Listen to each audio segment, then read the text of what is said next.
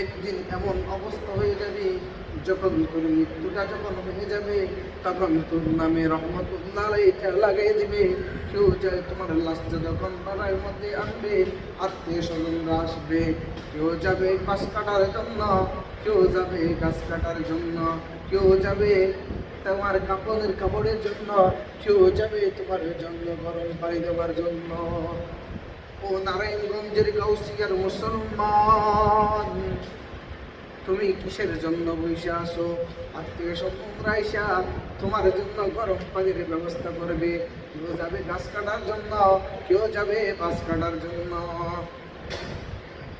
কেউ বলবে তোমাদের গোসলটা কি শেষ হয়েছে কিনা, আমাদের জানাজার টাইমটা হয়ে গেছেন, অনেক ভাইয়েরা আসছেন, তারা তো জানাজা পড়ে তার বাসার মধ্যে নিয়ে যাবেন। আমার যে ইঞ্জিনিয়ার ছেলে, ডক্টর ছেলে আছেন, উনি বলবেন ও চাচারা, আপনারা দ্রুত ব্যবস্থা করেন আমার আব্বাকে কবরে দেওয়ার জন্য। আমি যে 1 ঘন্টার সময় নিয়ে আসলাম, 1 ঘন্টা পরে আমার বিমান, আমি চলে যাব। নিজের ছেলেটা তোমাকে সময় দিবে না, নিজের মেয়ে শিশুর বাসার মধ্যে চলে যাবে, নিজের যার স্থানের কাছে চলে যাবে, তোমার কবরের মধ্যে তোমার সামান নিয়ে চলে যেতে হবে। কবরে যাওয়ার সাথে সাথে আপনার আমার থেকে কিন্তু আল্লাহ তাআলা ৫ ওয়াক্ত নামাজের হিসাব নেবেন। যে ব্যক্তি নামাজের হিসাব দিতে পারবে সে ব্যক্তি জান্নাতে যেতে পারবে, যে ব্যক্তি নামাজের হিসাব দিতে পারবে না সে ব্যক্তিকে জাহান্নামে যেতে হবে।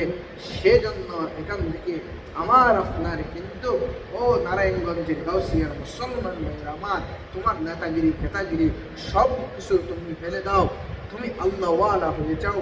তুমি যখন আল্লাহওয়ালা হয়ে যাবা, নেতারা তোমার পিছনে পিছনে দৌড়বে, তোমার নেতাগিরির কোনো দরকার না। ও নারায়ণগঞ্জের গাউসিয়ার মুসলমান ভাইয়ের আমার, কেমনে তুমি নাফরমানি করো আল্লাহ তাআলা? ফজরের সময় তুমি নামাজ না পড়ে তুমি কেমনে ঘুমাই থাকতে পারো? কুকুর আর শুকুর বলে আল্লাহ সমস্ত ব্যক্তির চেহারা দেখাইও, কিন্তু ফজরের নামাজের পড়ে নাই এরকম বেনামাজের চেহারাটা আমাকে দেখাইও না। আই নারায়ণগঞ্জের মুসলমান ভাই আমার, কেমনে তুমি বসে থাকতে পারো? বাসার মধ্যে কেমনে তুমি ঘুমাই থাকতে পারো? তোমার কাজ আসলে তো কাজে যেতে পারো, কিন্তু আমার মৌলাই কারিমের যখন আসানের দ্বন্দ্ব হয়, আল্লাহু আকবার বলে যখন ধরি হয়, তুমি মসজিদে কেমনে আসতে পারো না? আই নাফরমান, তোমার মতন নাফরমান এই দুনিয়ার মধ্যে আর কেউ হতে পারবে না। তোমার মতন নাফরমান এই দুনিয়ার মধ্যে আর কেউ হতে পারে না। আল্লাহ তাআলা তোমার উপর ৫ ওয়াক্ত নামাজ ফরজ করেছেন, তুমি কেমনে নামাজ না পড়ে থাকতে পারো? তুমি মরার সাথে সাথে তোমাকে কবর দেওয়ার জন্য রেখে মানুষেরা রেডি হয়ে যাবে,